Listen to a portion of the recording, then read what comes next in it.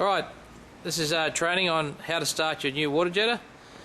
We're going to start with petrol. We can use unleaded or E10.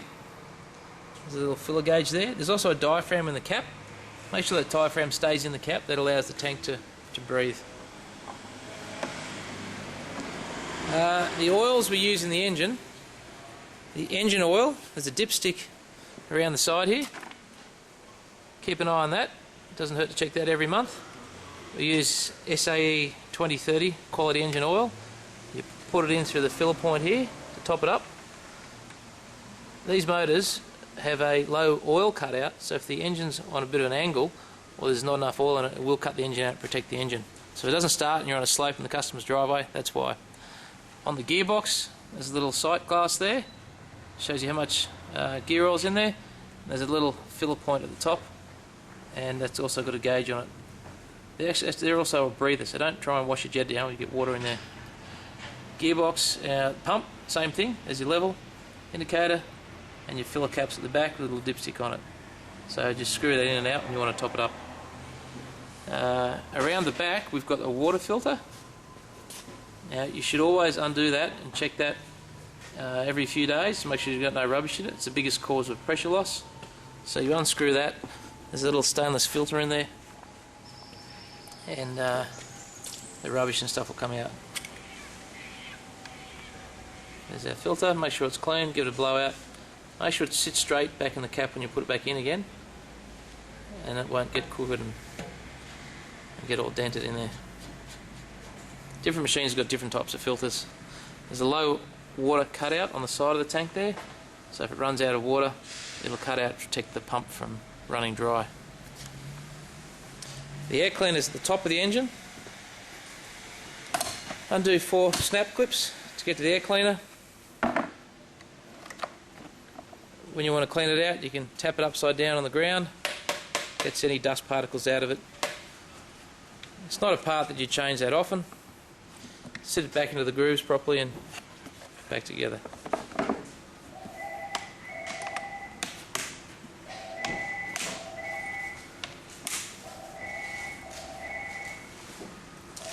Right, before another pre-check before we start, we've got a fuel filter under the back there.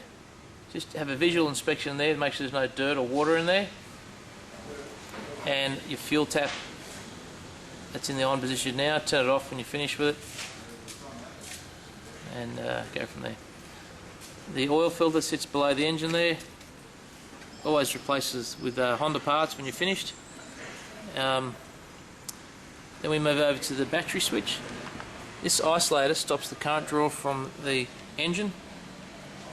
Turn it clockwise before you start, and when you're finished, just one firm turn anti-clockwise, disconnect the battery. Before we start, make sure the isolator valve is in the bypass position. That shuts off the water to the hose. The other way to do it is have it connected to your remote mini reel. And make sure your mini reel isolation is in the off position. That just stops your hose swinging around when you start it up. When you go to start, at the ignition, we've got it off, on, or start. You've got the choke up the top. Pull your choke fully out. Throttle all the way up. Make sure your fuel tap's on, of course. Now we've turned the isolator valves off, so we're ready to start her up. But before we start, we must plug the water in. There's a water point on the side. Snap it on. There's also a little filter behind that connection before the ball float inside that tank. Water's on. It'll fill the tank up. It won't start unless it's full of water, because that low water cutout will prevent it from starting.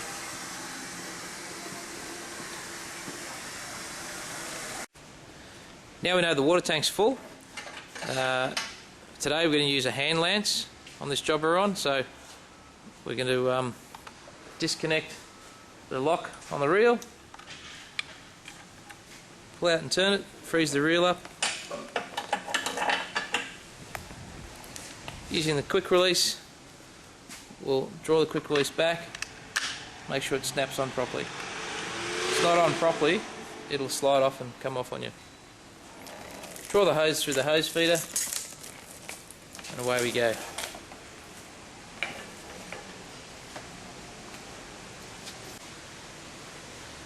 Always lock off the hose reel when you've got the desired length of the hose out before you start. Make sure your hose comes through the hose guide. Place the lance down on the ground in a safe position so it's off. Go to your starting procedure, which is full choke, full throttle, and start her up. As soon as she starts, push the choke back in. That's nice. Now, that's got pressure lock at the moment. It's just struggling to start. So what we'll do is we'll release the pressure and we'll start it in the active position with the gun turned off.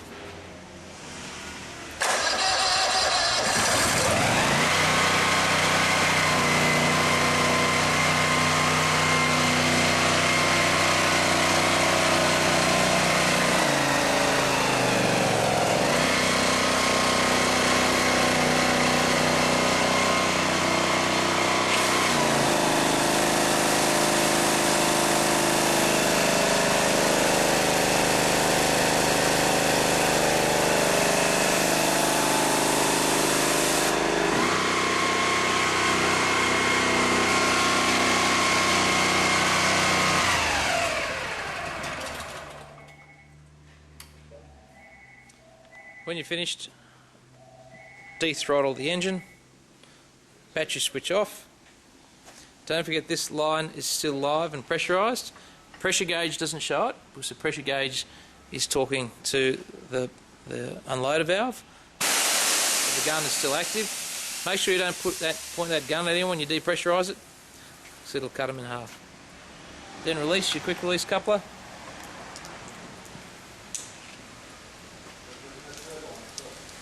Drain the gun out. Now the machine is safe, the hose is depressurised, and we're fine to start rolling up our hose.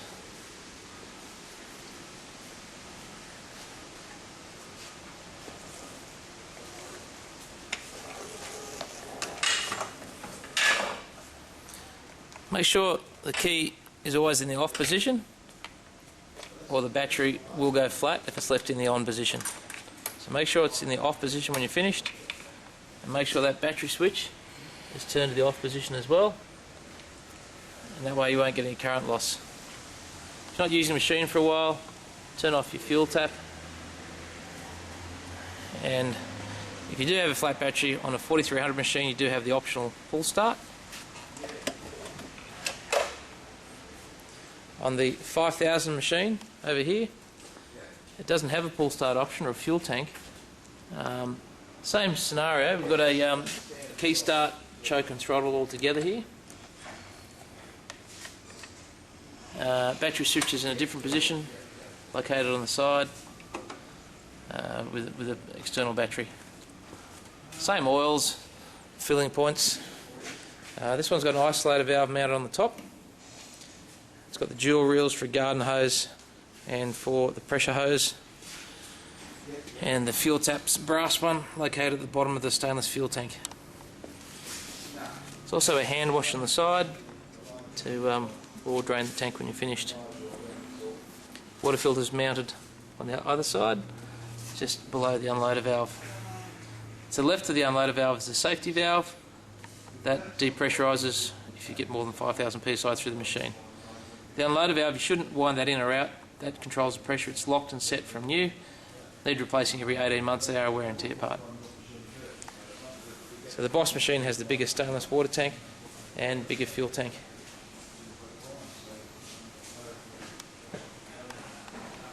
When topping up the fuel from your own fuel container, always use a nozzle. You don't want to spill the fuel down over the edge, or you hit the nylon starter cord on a 4300.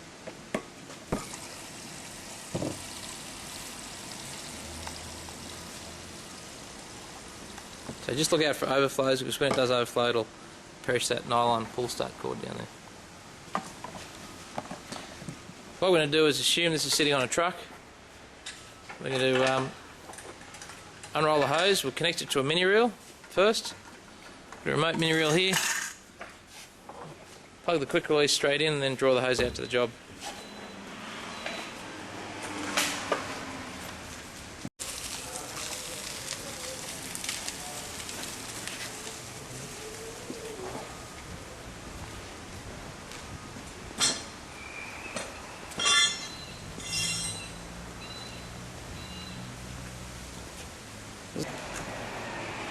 Connect our mini reel.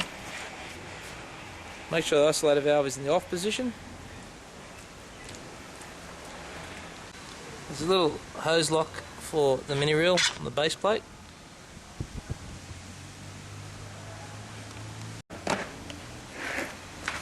Select the right penetrating nozzle. We're going to use a root wrap today. Make sure it's connected properly onto the quick release. If you only connect it to there, it'll blow out. Connect it, snap it in. If you're pushing it down a drain before it turns on, that hits against the edge of a pipe, that'll pull back like that, so when you start it, it'll pop out. So when you put it in the drain, just lay it in the drain, point it where it wants to go, stand back and turn it on. Don't shove it down. We're going to turn on our jetter now.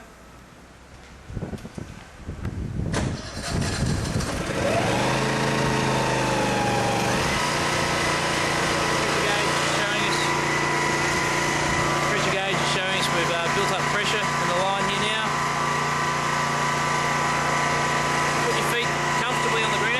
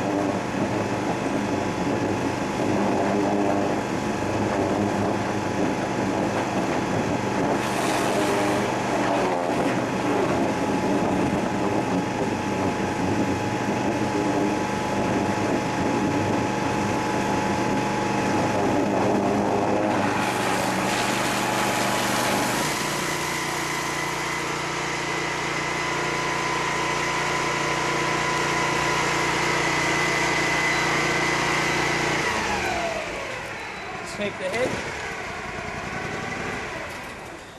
When you're finished, it's still a dangerous tool until you depressurize the hose. So hold the end of the hose, point it away, depressurize the excess water. Once it's finished, you'll then be able to disconnect the fitting here, roll up your hose.